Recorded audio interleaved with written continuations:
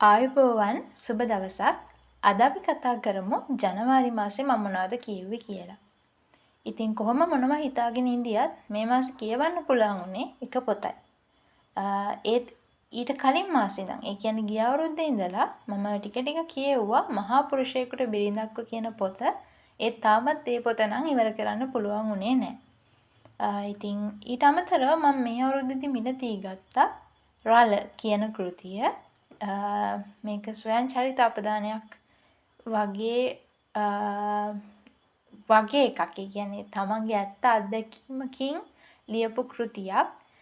ඉතින් මේ පොත තමයි මට කියවලා ඉවර කරන්නමත් නෙමෙයි කියවන්න පුළුවන් උනේ.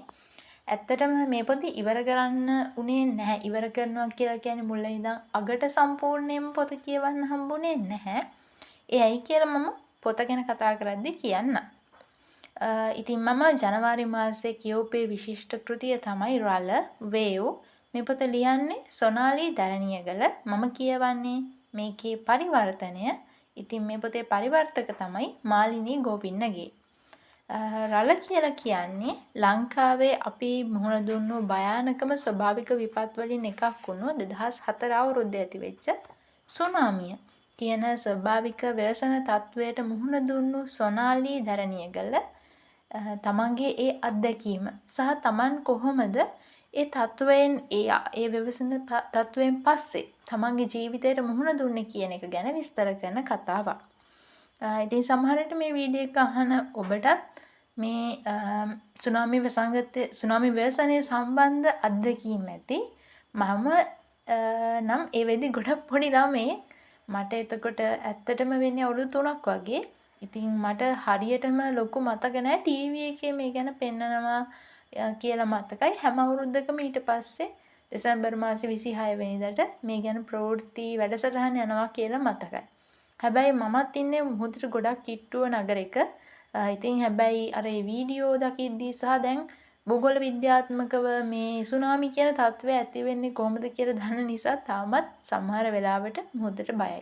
ඒ මුහුදට තිබුණු බය මේ පොත කියවුවහම තව ගොඩාක් වැඩි වුණා සහ ඒ අය මුහුණ දුන්න ට්‍රෝමා තත්ත්වය කොයිතරම් බරපතල එකක් වෙන්නේ නැද්ද කියලා තදින් දැනුණා. ඒ නිසා ඇත්තටම එකම සංයමයකින් මේ පොත මුලින් ඉඳන් අගට කියවන්න මට ගොඩක් අමාරු වුණා. ඒ නිසා සමහර තැන් වලින් තමයි මම මේක කියවගෙන ගියේ. ඒක පාඨකයෙක් මුහුණ දෙන හරිම අපහසු තත්වයක්. මේ කතුවරයා ඉදිරිපත් කරන අදහසට අපි එහෙම නැත්නම් ඔහු ඉදිරිපත් කරන්නේ හැඟීමට ඒ මනෝභාවයන් වලට අපිත් සමපාත වෙනකොට එහෙම නැත්නම් ඇත්තටම අපිත් සහෘදයා කියන తත්වය සමාන හදවතක් ඇත්තා කියන తත්වයටපත් වෙනකොට අපිටත් ඒ කතුවරයා ඉදිරිපත් කරන වේදනාව දැනෙන්න පටන් ගන්නවා. එතකොට ඒකත් එක්ක ඩීල් කරන එක. එහෙම නැත්නම් ගනුදෙනු කරමින් මේ පොත කියවන එක සමහර පාඨකයෙක්ට ගොඩාක් අමාරු වෙන්න පුළුවන්. ඉතින් මටත් උනේ මේ වගේ දෙයක්. කොහොමද මේ පොතේ පෙරවදනක් ලියලා තියෙනවා. ඒ පෙරවදන මම ඔබට අහන්න කියවන්නම්. මම හිතන්නේ පෙරවදනින්ම තමයි මට මේ කෘතිය කියවනවද නැද්ද කියන ප්‍රශ්නාර්ථය ඇති කරන්න පටන් ගත්තේ. කියවගෙන යද්දි මම මැදක් වෙනකම්ම කියෙව්වා. ඇය ලංකාව හැර යන කොටස වෙනකම්ම එතනින් පස්සේ තවත් ඒක බොහොම අපහසු නම් ඒක පෞද්ගලිකව හරිම වේදනාබර අත්දැකීමක්. හැබැයි කතාව අවසානයේදී මම ඉගෙන ගත්ත දේ මුලින්ම මම කියන්නම්. මම මේ මොහොතේ ඒ කියන්නේ මේ කෘතිය කියවන මොහොතේ ජීවිතේ බොහොම අරගල වලට මුහුණ දෙමින් ඉඳී. ඉතින් ඒ නිසා තවත් අපහසුයෙන් මේ පොත කියෙව්වා. හැබැයි මේ පොත අන්තිම වෙද්දී කියවද්දී මම තේරුම් ගත්ත දේ තමයි ජීවිතය ගසාගෙන යන මහා රළ එනවා. හැබැයි ඒ රළවල ඒ වගේ රළ ඉදිරියේ අපිට නැගී සිටින තරම් ශක්තියක් ගොඩනගා ගන්න අවශ්‍යයි කියන එක. අපිට නැගී සිටින්න බැරි නම් අඩුම තරමේ රළ දිහා බලාගෙන හරි ඉන්න. ඒකත් ඇති. ඉතින් තමන්වම පීඩණයටපත් කරගන්න අවශ්‍ය නැහැ. ශක්තිමත් වෙන්න ඕනි, මෙහෙම සටන් කරන්න ඕනි එහෙම කියලා. ඔබට ඒ වෙලාවේ කරන්න පුළුවන් ඒ රළ දිහා බලාගෙන හුස්ම ගන්න එක විතරයි නම් ඒ දේ හරි කරන්න.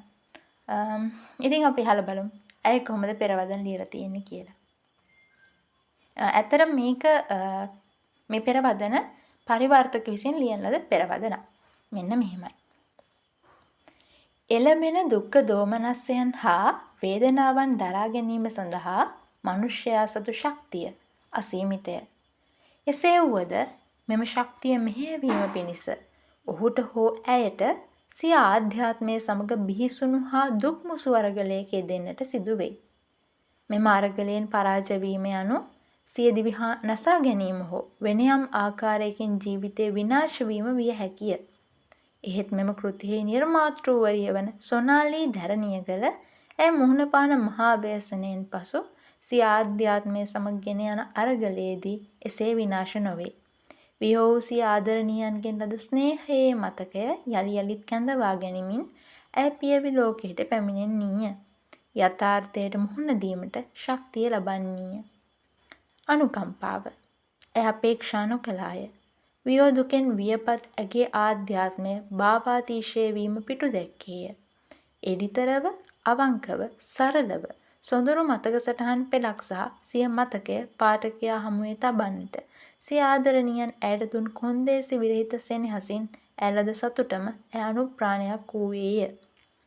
2004 දෙසැම්බර් 26 වැනිදා පෙරවරුවේ ඉන්දියන් සාගරයේ ඇති වූ දරුණු භූමිකම්පාවක් සමග පැන නැගුණු යෝධ සුනාමි රළ රටවල් ගණනාවක මිනිස් ජීවිත 2,30,000කට වැඩි සංඛ්‍යාවක් බිලිගත්තේය. සොනාලිගේ සැමියාද දරු දෙදෙනාද මව්පිය දෙපළද රළ පහළට ගසාගෙන ගොස් අතුරුදහන් වූ අතර ඔවුන් සමග සිටි සොනාලිගේ ජීවිතය විස්මයජනක ලෙස වේරුණේය. සොනාලි දැරණියගල ඇමරිකාවේ නිව්යෝර්ක් නුවර කොලොම්බියා සරසවියෙහි ආර්ථික විද්‍යාව පිළිබඳ මහාචාර්යවරියකි. ඉතින් ওই විදිහට තමයි පෙරවදන ලියලා තියෙන්නේ. මම හිතන්නේ ඔබට ඒක කියවදිම තේරෙනවා ඇති මේ කෘතිය කොයිතරම් බරක් කිසියම් පුද්ගලයෙක්ගේ ජීවිතය පිළිබඳ විශාල බරක් මේ කෘතිය දරාගෙන ඉන්නවා. ඉතින් අර මේකෙම තියෙන විදිහටම අපිට අපේ ආධ්‍යාත්මය සමග බිහිසුණු අරගලයක් කරන්න වෙනවා මේ වගේ අවස්ථාවල. ඉතින් ඇය ඒක ජය ගන්නවා. ඒක කියවන පාඨකයාටත් අනුප්‍රාණයක්, විශේෂයෙන්ම සහෘදයෙක්ට. ඇගේ ඒ හැඟීම් වලට, ඇගේ ඒ මනෝභාවයට සමපාත වෙන්න පුළුවන් සහෘදයෙක්ට කතාව අවසානයේ හිතට කිසියම් ආකාරයක ශක්තියක් ලැබෙනවා. ඉතින් මේ තමයි මම ජනවාරි මාසෙට කියව පොත. බලමු පෙබරවාරි මාසෙ මොකද වෙන්නේ කියලා. කොහොමවත් ජීවිතය ගසාගෙන යයි සමහර වෙලාවට. ඒත් නැගී සිටින්න. සුබ දවසක්. මම කවි.